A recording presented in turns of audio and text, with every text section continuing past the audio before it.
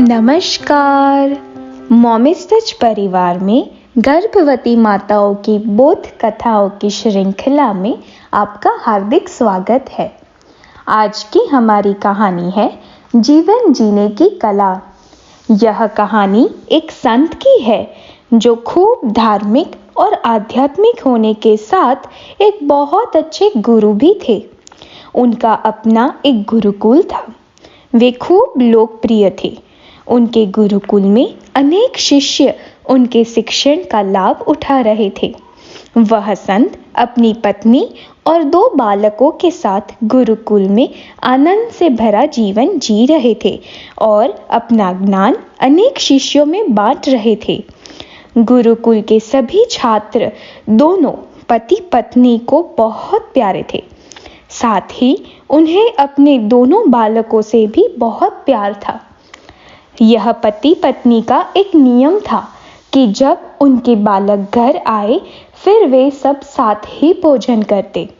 कभी-कभी यदि बालकों को घर आने में देर हो जाए तो वे कभी उनके बिना भोजन ग्रहण नहीं करते थे। एक दिन संत एक काम से बाहर गए थे और इस तरफ संध्या काल में एक दुर्घटना घटी।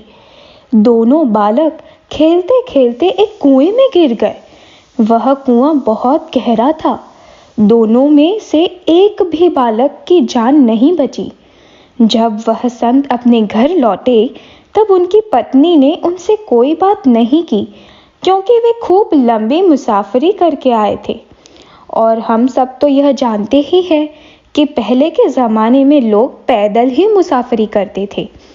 पत्नी ने सोचा कि संत खूब लंबा सफ़र तय करके आए हैं और खूब थक गए हैं। ऐसे में यदि मैंने उन्हें वह दुर्भाग्यपूर्ण समाचार दिए तो वे खाना भी नहीं खाएंगे और संताप करेंगे। इसलिए उन्होंने पहले संत को खाना परोसा। यह देखकर संत आश्चर्यचकित हो गए। उन्होंने सोचा कि बच्चे अभी तक घर नहीं आए और आज तक बच्चों के बिना भोजन नहीं किया, तो आज अचानक मेरी पत्नी को क्या हुआ? संत ने कहा, क्या मैंने बच्चों के बिना कभी भोजन ग्रहण किया है? तो तुम आज मुझे खाना क्यों परोस रही हो? पत्नी के पास कहने के लिए कोई शब्द नहीं थे, लेकिन उन्हें तो मात्र समय संभालना था। इसलिए पत्नी ने कहा, हकीकत में आप खूब थक गए हैं और बच्चे अपने मित्रों के साथ दूसरे गांव गए हैं। उन्हें आने में विलंब होगा और यह भी वह कह के गए हैं, तो आज आप खाना खा लीजिए। और क्योंकि वे दोनों अपने मित्रों के साथ गए हैं तो शायद बाहर खाना खा कर आए, तो आज हम दोनों भोजन कर लेते हैं। संत ने कहा, हाँ, मैं थक गया हूँ, लेकिन इतना भी नहीं कि अपने बच्चों की प्रतीक्षा न कर सकूं। और यदि वे दोनों बाहर खाना खाकर भी आए तो क्या हुआ? बच्चे इतनी मुसाफरी करके आएंगे तो इस आयु में तो वे वापस हमारे साथ भोजन कर ही सकते हैं। वे आएंगे तब हम भोजन ग्रहण करेंगे।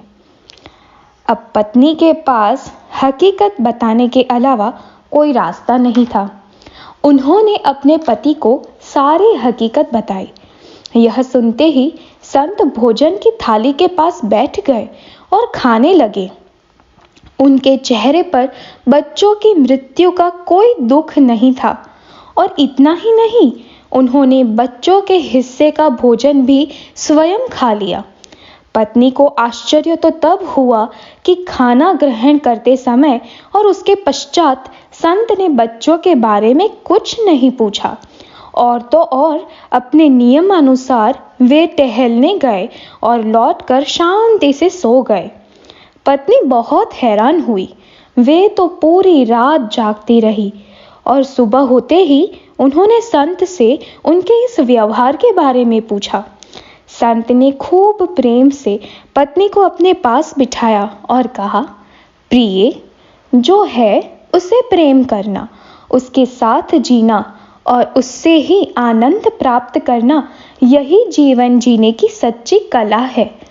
अपितु जो खो जाए या तो जो अपने नसीब में नहीं, उसे याद करके दुखी होना, रोना वह तो एक महारोग है। ईश्वर ने हमें बच्चे दिए थे, वे उनके थे। हमारे घर तो वे मात्र मेहमान बनकर आए थे और जब तक बच्चे थे तब तक उन्होंने हमें खूब खुशी दी और हमने आनंद से जीवन बिताया। परंतु उन्हें ईश्वर ने हमें दिया था, ईश्वर ने वापस ले लिया। ईश्वर ने हमें ऐसी तो अनेक भेंट जीवन में दी है जिससे हमें खुशी और आनंद मिले। हमारी खुशी और आनंद सिर्फ यह एक भेंट पर निर्भर नहीं है। आज भी हमें आनंद प्रदान करने के लिए तुम मेरे साथ हो।